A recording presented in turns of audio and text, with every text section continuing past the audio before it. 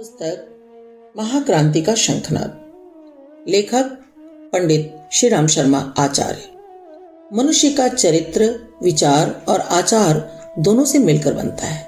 बहुत से ऐसे लोग पाए जा सकते हैं जिनके विचार बड़े ही उदात्त, महान और आदर्शपूर्ण होते हैं, किंतु उनकी क्रियाएं उनके अनुरूप नहीं होती।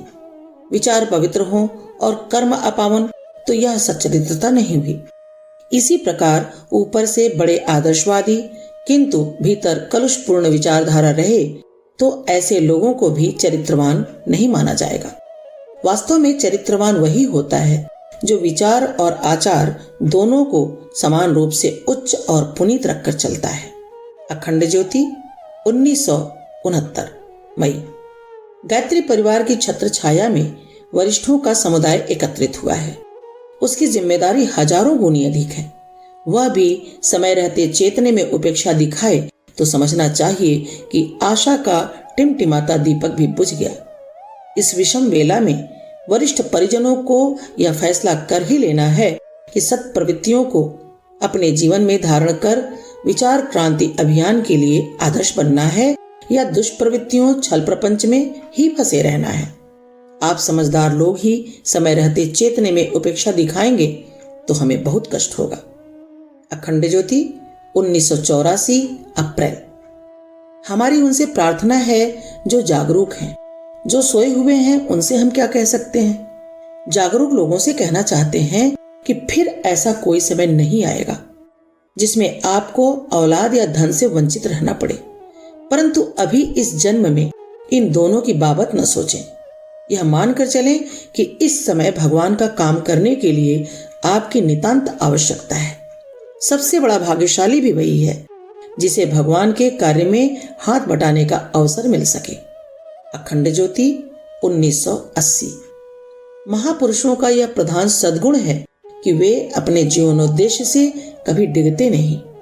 उनके जीवन में उद्देश्य की एकता और तल्लीनता, लगन और तत्परता इस ऊंचे दर्जे तक पाई जाती है कि वह लोगों के अंतस्तल को झकझोरे बिना मानती नहीं। आपकी महानता की कसौटी भी इसमें है कि अपने लक्ष्य के प्रति कितने आस्थावान हैं। उसकी पूर्ति के लिए आप कितना त्याग और बलिदान करते हैं। जीवन की उत्कृष्टता 25। याद रखिए कि स्वाभिमान ऊंचा रहता है तो मनोबल भी बढ़ा हुआ होता है। हीन भावनाएं रखेंगे और गलत काम करेंगे तो आपका स्वाभिमान कौन ऊंचा रहने देगा। आप छोटे होने का विचार अपने मन से निकालकर दूर फेंकिए। आपके मन में अपार सामर्थ्य है। जो विज्ञान फैला पड़ा है यह सब मन की शक्ति का चमत्कार है। उस शक्ति का अपमान न होने दीजिए। अपने मनोबल को सदैव दृढ़ रखिए। मन हार जाता है तो यह संसार भी दुख का आगार ही समझ में आता है। आपकी सफलता, आपकी जीत आपके मन की जीत है। इसे बलवान रखना आपका धर्म है। वांग्मय 57 पृष्ठ 2.50। आप अपनी मानसिक दुर्बलताओं का बिना किसी पक्षपात के विश्लेषण किया कीजिए। देखिए क्या यह कामनाएं और वासनाएं अंत तक आपका साथ देंगी। आप इस पर जितना अधिक विचार करेंगे उतना ही वे तुच्छ प्रतीत होंगी और उनके प्रति आपके जी में घृणा उत्पन्न होगी।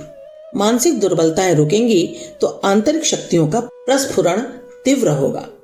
आपके अंदर ईश्वरीय अंश बढ़ेगा। आपका जीवन हास्य युक्त, चहकता और दमकता हुआ रहेगा। वांग्मय 8 पृष्ठ 6.25। सभी चाहते हैं कि मन में बुरे विचार कभी ना आए, सदा शांत और आनंदित रहें। इसके लिए हम प्रयत्न भी करते हैं, किंतु संसार की गति भी कुछ ऐसी है कि मन को आघात पहुंचाने वाली घटनाएं यहाँ घटती रहती हैं। उन घटनाओं को सहते हुए भी जो मन को वश में रखता है और उसे शुभ संकल्पों से रिक्त नहीं होने देता, ईश्वर की आज्ञाओं का सच्चे मन से वही पालन कर सकता है। वस्तुतः जो मन को चंचल, अस्थिर या विकारपूर्ण नहीं होने देते वही सच्चे साहसी, वीर और गंभीर होते हैं। वांग्मय 8 पृष्ठ 6.22।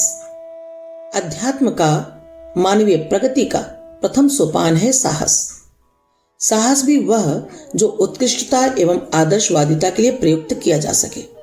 जो दुष्कर्मों के लिए, अनीति के लिए, आतंक के लिए प्रयुक्त किया जाता है उसे तो दुस्साहस मात्र कहना चाहिए।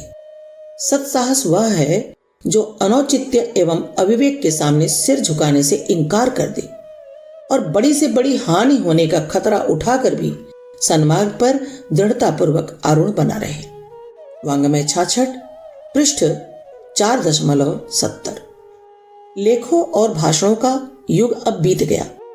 गाल बजाकर या बड़े बड़े कागज काले करके संसार के सुधार की आशा करना व्यर्थ है। इन साधनों से थोड़ी मदद मिल सकती है पर उद्देश्य पूरा नहीं हो सकता। युग निर्माण जैसे महान कार्य मानसिक स्तर ऊंचा उठाने और चरित्र की दृष्टि से उत्कृष्ट बनने पर संभव है। अपने आचरण से ही प्रभावशाली शिक्षा दी जा सकती है। गणित, भूगोल, इतिहास आदि की शिक्षा में कहने सुनने भर से काम चल सकता है, पर व्यक्ति निर्माण के लिए निखरे हुए व्यक्तित्वों की आवश्यकता पड़ेगी। हम बदलेंगे तो युग जरूर बदलेगा। वांग्मय 66 पृष्ठ 5.20। आज देवत्व हारता और असुरत्व जीतता दिखता है। इसका एकमात्र कारण यह है कि सात्विकता और सज्जनता को पर्याप्त मान लिया गया और बढ़ते हुए असुरत्व से आरंभ में ही जूझने के लिए आवश्यक सतर्कता और संगठन की उपेक्षा की जाती रही है। यह भूल जब तक न सुधारी जाएगी, देवत्व को पग पग पर अपमानित होना पड़ेगा और पराजय का आए दिन मुंह देखना पड़ेगा। इस अवांछनीय स्थिति से उबरने का एक ही उपाय है कि सज्जनता अकेली न रहे, वरन उसके साथ संगठन, सतर्कता और समर्थता को भी जोड़े रखा जाए। वांग्मय 66 पृष्ठ 4.63। आपके पास जो भी घटना आए, व्यक्ति या विचार आए, प्रत्येक के ऊपर कसौटी लगाइए और देखिए कि इसमें क्या उचित है और क्या अनुचित है। कौन नाराज होता है व कौन खुश होता है, यह देखना बंद कीजिए। अपने हितैषी की हर बात पर प्रसन्न होंगे तो सही काम नहीं कर सकेंगे। हमको भगवान को प्रसन्न करना है, ईमान को प्रसन्न करना है तो लोगों की नाराजगी, प्रसन्नता की बाबत सोचना बंद करना पड़ेगा। हमको भगवान की प्रसन्नता की जरूरत है, लोगों की नहीं। गुरुवर की धरोहर 2। कर्तव्यों के विषय में आने वाले कल की कल्पना एक अंधविश्वास है। उसकी प्रतीक्षा करने वाले नासमझ इस दुनिया से पश्चाताप करते हुए विदा होते हैं। आने वाला कल एक ऐसा आकाश कुसुम है जो सुना तो गया पर पाया कभी नहीं गया। यह दुर्भाग्य है कि आज हर व्यक्ति कल पर विश्वास किए हुए वर्तमान में सोता रहता है और जब उसका प्रतीक्षित कल कभी नहीं आता तब उसके पास उस बीते कल के लिए रोने पछताने के सिवाय कुछ नहीं रह जाता जिसकी कि उसने वर्तमान में अवहेलना की थी। अखंड ज्योति 1966। युग निर्माण योजना का आरंभ परोपदेश से नहीं वरन अपने को बदलने सुधारने से शुरू होगा। यदि हमारा मन बात मानने के लिए तैयार नहीं तो दूसरा कौन सुनेगा। जीभ की नोक से निकले हुए लच्छेदार प्रवचन दूसरों के कानों को प्रिय लग सकते हैं, सब उनकी प्रशंसा भी कर सकते हैं, पर प्रभाव तो आत्मा का आत्मा पर पड़ता है। आत्म सुधार, आत्मनिर्माण और आत्म विकास हमारा ध्येय हो। अखंड ज्योति 1962 अप्रैल। किसी विचारधारा का परिणाम तभी प्राप्त हो सकता है जब वह कार्य रूप में परिणत हो। मानसिक व्यसन के रूप में कुछ पढ़ते, सुनते और सोचते रहें, कार्य रूप में उसे परिणत न करें तो उस विचार विलास मात्र से कुछ भी प्राप्ति संभव नहीं। आध्यात्मिक विचारधारा का लंबा स्वाध्याय मन पर एक हल्की सी सतोगुणी छाप तो छोड़ता है, पर जब तक क्रिया में वे विचार न उतरें तब तक वह स्वाध्याय भी एक विनोद या व्यसन ही बना रहता है। जो कुछ लाभ मिलता है उसकी तुलना ताश खेलने के मनोविनोद भर से की जा सकती है।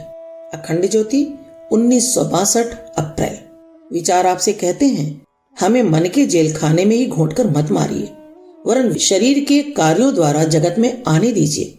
मनुष्य उत्तम लेखक, योग्य वक्ता, उच्च कलाविद एवं वह जो चाहे सरलता पूर्वक बन सकता है, लेकिन एक शर्त है कि वह अपने शुभ संकल्पों को क्रियाशील कर दे। उन्हें दैनिक जीवन में कर दिखाएं।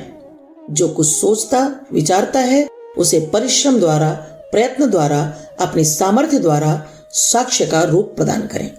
शुद्ध विचारों की उपयोगिता तभी प्रकट होगी जब अंतरंग के चित्रों को शरीर के कार्यों द्वारा क्रियान्वित करने का प्रयत्न किया जाएगा। हमारा कार्य अब सारथी का होगा। दुष्प्रवृत्तियों से महाभारत का मोर्चा अब पूरी तरह हमारे कर्तव्यनिष्ठ बालक संभालेंगे। विश्व के 5 अरब लोगों के चिंतन, जीवन व्यवहार, दृष्टिकोण में परिवर्तन और मानवीय संवेदना की रक्षा के लिए और अधिक तत्पर होकर कार्य करेंगे। यह न समझें हम आपसे दूर हो जाएंगे। सूक्ष्म एवं कारण सत्ता में विलीन होकर आत्मीय कुटुंबियों को अधिक प्यार बांटेंगे। वंग में 1 पृष्ठ 10.30। एक समय था जब अवांछनीय व्यक्तियों या तत्वों को हटाने के लिए प्रधानतया शस्त्र बल से ही काम लिया जाता था। तब विचार शक्ति की व्यापक क्षेत्र खुला न था।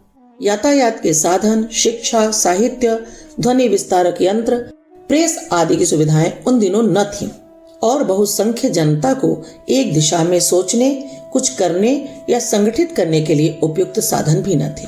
इसलिए संसार में जब भी अनाचार, पाप, अनौचित्य फैलता था तब उसके निवारण के लिए उस अनौचित्य के केंद्र बने हुए व्यक्तियों की शक्ति को युद्ध द्वारा शस्त्र बल से निरस्त किया जाता।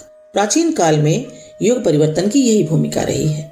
रावण, कुंभकर्ण, मेघनाथ, खरदूषण, कंस, जरासंध, दुर्योधन, हिरण्यकश्यप, महिषासुर, वृत्तासुर, सहस्रबाहु आदि अनीति मूलक वातावरण उत्पन्न करने वाले व्यक्तियों की शक्ति निरस्त करने के लिए जिन्होंने सशस्त्र आयोजन किए, परास्त किया, उन महामानवों को युग परिवर्तन का श्रेय मिला।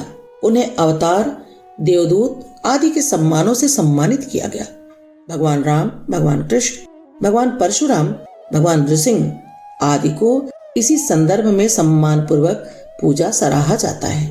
पर आज जो अनाचार, दंभ, छल, असत्य, शोषण आदि दोषों का बाहुल्य होने से समाज में भारी अव्यवस्था उत्पन्न हो रही है, उसके लिए किन्हीं अमुक व्यक्तियों को दोषी ठहराने या उन्हें मार काट देने से समस्या का हल नहीं हो सकता। अब विचार परिवर्तन ही एकमात्र वह आधार रह गया है जिसके माध्यम से विभिन्न प्रकार के कष्टों का सृजन करने वाले दुर्गुणों को समाप्त करके न्याय तथा शांति की स्थापना की जा सकती है। इस युग की सबसे बड़ी शक्ति शस्त्र नहीं रहे, वरन उनका स्थान विचारों ने ले लिया है। क्योंकि अब शक्ति जनता के हाथ में चली गई है। जनमानस का प्रवाह जिस दिशा में बहता है उसी तरह की परिस्थितियां बन जाती हैं। इस जन प्रवाह को शस्त्रों से नहीं, विचारों से ही रोका जा सकता है। यह तनिक भी अत्युक्ति नहीं समझी जानी चाहिए कि अब शस्त्र युद्ध का जमाना चला गया। आज तो विचार युद्ध का युग है। जो विचार प्रबल होंगे वे ही अपने अनुकूल परिस्थितियां उत्पन्न कर लेंगे। वांग में 65 पृष्ठ 1.3।